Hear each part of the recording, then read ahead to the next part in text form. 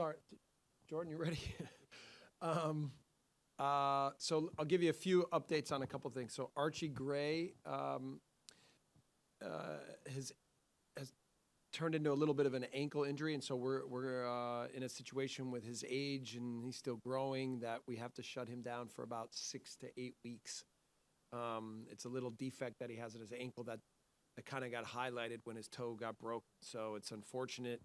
I spoke to Archie a little bit today. He's obviously down about it, but we think, given his age and his maturity, physical maturity, that this is the best thing for him.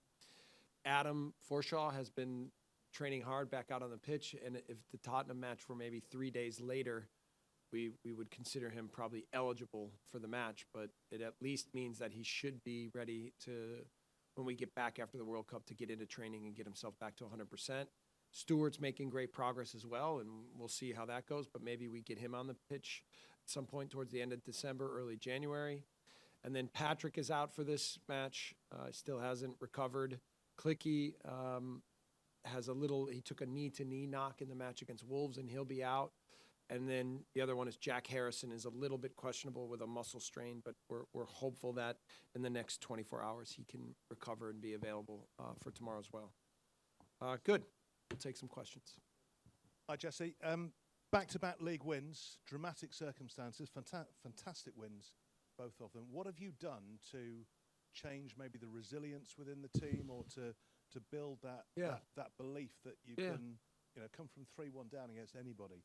Is a phenomenal achievement. Yeah, I mean, we've been talking a lot internally, and now I guess externally, about being winners. That in a lot of these matches that we're right in the match, and that the way that the games have gone, that it's often very even, and we have to be more poised to capitalize on those situations and stay strong and stable, even though the match can open up a little bit more in the second half. It can be a little bit more fragile defensively, but it also means that the opponent is a little bit more vulnerable in those moments, and that's what was good to see, is in both of those matches that we were able to capitalize, and we looked in those matches like we were going to win. You've got 3 players going to the World Cup. It's the last round of games before the World Cup. How much of a concern might it be, not just for you, but maybe you've discussed this with your fellow Premier League managers, that the last weekend before the World Cup, nobody wants to get injured? Yeah, I mean, listen, of course, with our 3 guys, we want them to have a great World Cup and have a great experience there. I always think as a player, the way to get injured is to play to not get injured. And I think that Rasmus, Tyler, and Brendan have all committed to the games fully and have their minds fully grounded in what's necessary for us in this last match. And I think they also know that will prepare them the best for the World Cup. So with us, some teams have 10 guys, 15, 20. Man City, I don't know. They, maybe their entire squad. But for us, I think, the first part is we're happy for those 3 guys. They've been playing at a very high level. We're disappointed for a lot of our other guys that maybe just missed out barely. Guys like Rodri and Diego today, they found out that they weren't in. I think Robin has had such a good season so far that he was a possibility for Germany. Patrick and Jack were on the 50-man squad. Even Pascal was in the squad. Clicky winds up not making it, a bit of a surprise. So, we're disappointed for those guys, and we want our guys to the other 3 to stay focused right now and then have a great World Cup. A couple of questions we're asking all the managers today. First of all, who do you think will win the World Cup, and why? Okay. And then the other one is, well, I'll ask you the other one after. I don't care. And why I don't care? Because I find international football interesting, but I'm fully immersed in club football, and they're like 2 different sports almost. So, again, I just want our guys to do well. So that maybe the USA. Should I pick the USA to win? Well, that answer might impact your answer to this. How do you see the USA games going against England and Wales? Listen, I think all of us Americans, first of all, are very optimistic about our team. And our talent, our young talent. The group is manageable, but not easy. And then I think everyone in the U.S., anytime we play England, everyone gets really excited. So I will be watching that match. I will be cheering for the U.S. And I know it will take their absolute best performance to have a chance. But I think that's one of the things that's uniquely American is that sense of fearlessness. And we almost thrive and enjoy the moments when the things are the hardest and when everyone expects us to lose. So we'll see. Won't be easy. I'm looking forward to it. Jesse, on the Americans, Brendan and Tyler, spoke to them yesterday, and Tyler particularly said, look, don't know any other way than 100 mile per hour. Yeah. So they haven't got a choice how they attack this game against Spurs, have they? Yeah. So there is no other way, is there? No, they know that. You know, and we made strategically we made the decision to not travel a lot of our players that we thought would be playing in this match against Tottenham to keep them fresh, to keep them ready mentally, physically, and to give us the best chance to go down there and give our best effort to get the 3 points. I think that they've been really sharp this week. Even I came back Thursday, you know, we were all a little tired from travel and everything else, but then coming back, you could see the freshness in the group that had slept well and was ready for the match on Saturday, and training was really good, and I expect them to push and be ready. You've got 3 guys you mentioned that are definitely going to the World Cup. Others might go depending on injuries. And Yeah, a lot can wait still and see. happen, you're right. But you've still got to manage the disappointment of those that haven't gone. Probably Mateus Klicker's the biggest name that hasn't been picked. How do you manage that, and how does that not, and to make sure it doesn't affect the rest of the season when they come back? Well, it was funny. I mean, it was a little bit of a roller coaster for Clicky in the last week. Like about a week ago, he felt he was out. Like there was communication going around Poland, and so he felt he was out. And then a few days ago, they were still deliberating, I think, on the squad, and then maybe he heard that there was maybe a chance. And then by the time I spoke to him on match day against Wolves, when the announcement was coming out, he kind of figured that he was probably out again. So there was a couple things happening internally in Poland, one of which is the manager came from the youth team, one of the 21s or the 19s team or something like that, and he's more comfortable taking more of the younger players. And so that kind of left Clicky in an awkward situation. But, you know, I mean, if you know Clicky, he's a positive guy. He's a guy that loves football. Obviously, he's disappointed. Everyone wants to go to the World Cup, but his mindset and his mentality to be in the moment here and give everything to us has been really good. Against Spurs, Willie Nonto, are we expecting him to start? But Jackie Harrison has a problem, you say, or a muscle problem, and he played midweek. Is there a good chance that Willie Nonto might? Yeah, I think if it seems a little bit questionable, then Willie becomes a real possibility. I think Sam Greenwood as well played really well when he came off the bench. So it's a little bit what tactic we decide to use.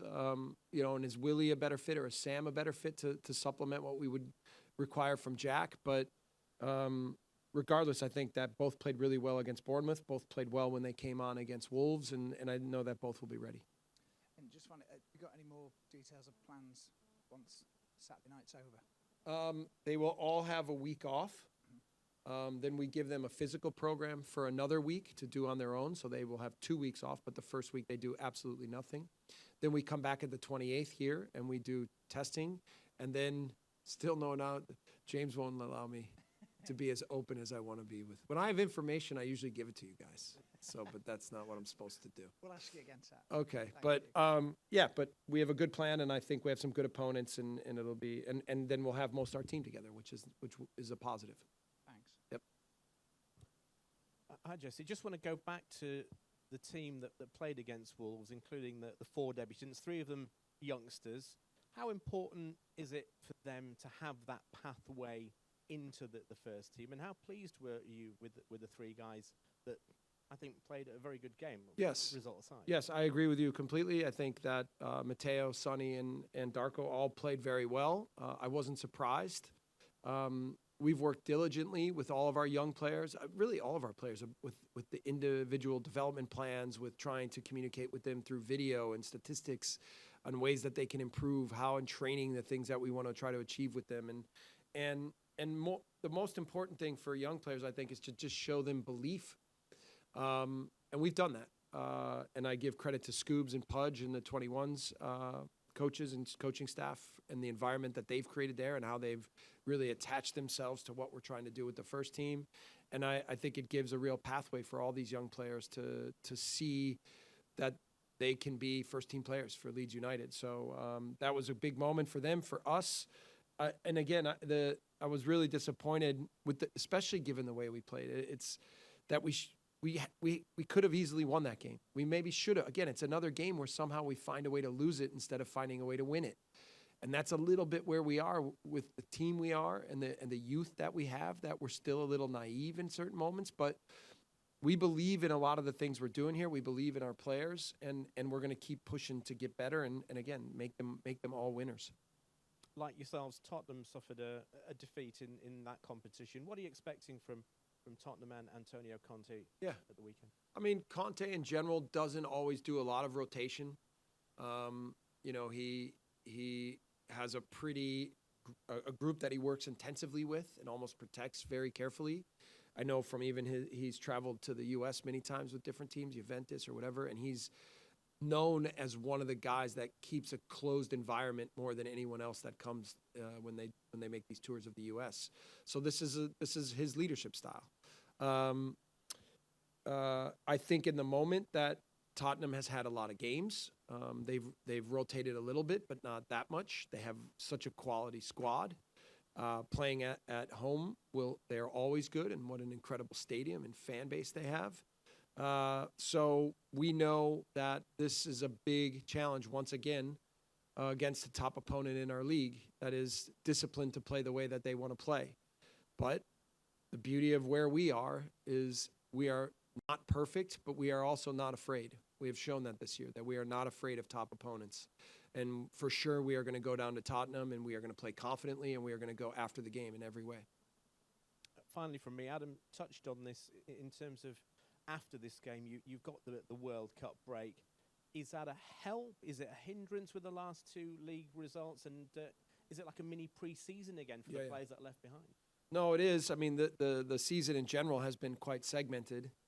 I think any chances to have a little bit of a pause are always a chance to reevaluate, to gather ourselves mentally and physically, to really go full gas at it again. That's the way we will use it. What you know in football in general is that the mental grind can sometimes be bigger than the physical one. And I think in this league, and maybe with all the guys in this room here, you make it even more so. No, I don't. You guys are fair enough, but this is the reality. It's that the attention to this league and the attention to the pressure of the expectation of our club and everything means that any kind of break that we can gather to sort of recharge our batteries and make sure that when we go at it all the way, because that's what the demands are. So I think it'll be a good chance for us to gather the national team, the World Cup guys. You know, I think they'll be ready as well. And then when we get back at it, we have some big challenges ahead of ourselves again. I'll speak for all of us to say, enjoy the break. Okay, thank you. You too. How much is Joel pushing Ilan this season? And is this the first time in a while that he's really been challenged as the number one?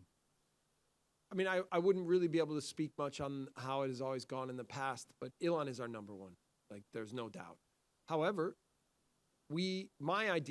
our idea was to get Joel, let's start from square one.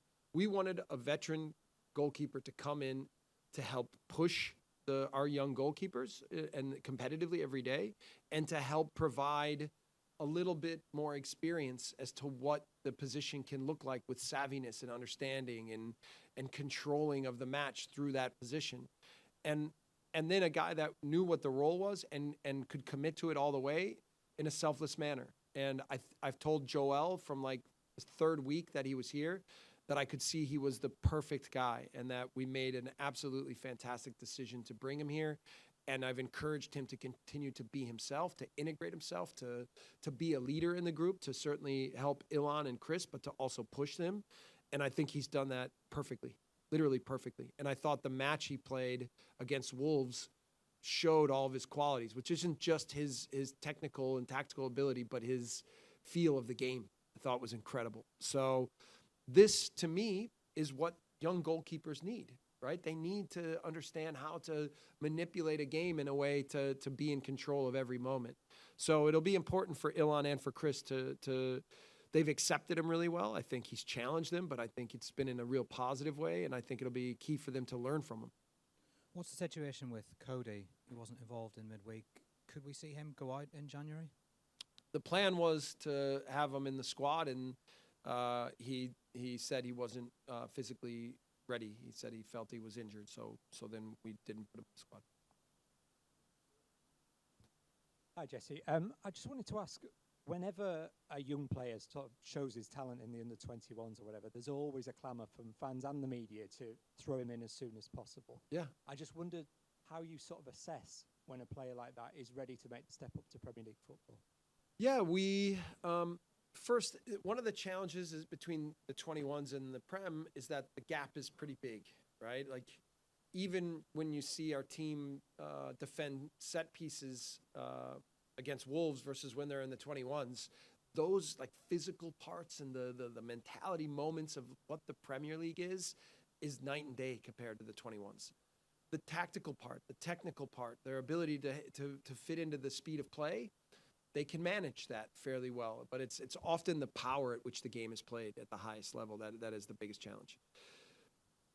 I like giving young players opportunities because I've very seldomly been let down when they've shown that they're making progress, and when, again, you give them belief in themselves and in the process, that typically they overachieve. And then once they overachieve and get the taste of success, that can really motivate them to get even better. I mean, we could use plenty of examples even since I've been here, which is, I mean, the number one right now is Cree. But I think for Matteo, Sonny, and Darko, and you can throw Leo in there. I mean, Leo's played in Prem matches before, but Leo, for me, also had specifically second half, I thought he really grew into the game and played really well. But I consider him more almost part of the first team because he's a little bit, he's not necessarily older, but he's been around it a little bit more and is a little bit more mature from that perspective. But I think, again, all four of those guys have big potential. And then once you add in Cree and Willie and Joffe and Sam, and then you start to feel like we've got a real core of young players that have a chance to be quite good. And you've obviously mentioned the sort of disappointment for some of your players who've missed the World Cup. I just wonder, with you mentioning about Jack Harrison being on the provisional list, as an uncapped player, do you think that has done a lot of good for his confidence, that he was at least in the thoughts? Yeah, I think in general, I think all the guys, even that they've been disappointed, processed it in a mature way and knew in some ways that it was a bit of a long shot and wanted to give themselves the best chance by performing well. And, you know, like I spoke to Robin yesterday about it, and that's what I said to him. I said, you did everything you could. Like, it's never easy to accept letting your dreams slip, but the best way to process it is often knowing that you put your best foot forward in every way to give yourself the best chance. And Robin's sort of in that category too. I think he's been called in maybe once. So, you know, and for most of these guys, they're still young enough to be considered yet again. And now the next World Cup's only 3.5 instead of 4 years away. So it's a kind of strange time to be asking you about January, but by the time we come back, the window will be virtually open. Yeah. How much have you spoken about that so far, and what do you think you need? Yeah, we've spoken a bit. You know, I think in general, whenever I look at windows, I look at it as, you know, sort of piece by piece and window by window. And so, you know, I mean, there's the 2-month project and what we think we need right now, and then what is it, 8 months, and what is 14, and trying to piece together how the cycle will present itself. We have targets. You know, I think we're smart enough to know that in order to achieve our goals, we want to continue to look at every position and think about how we can move forward in the right way. We also know that I think we have some young, talented players that will continue to draw interest. And so trying to figure out how to keep those players, how long we can keep them, what can entice them to stay, and what that means to the pieces that we might need moving forward. I don't want to talk specific about positions. You know, we talked enough about the striker position in the summer, and I don't think that that's gone away. But I think we've been active, and Victor. This is one of the best parts about working with Victor is his clarity on what the market is and what's available and what are good fits for how we're trying to play football is quite good.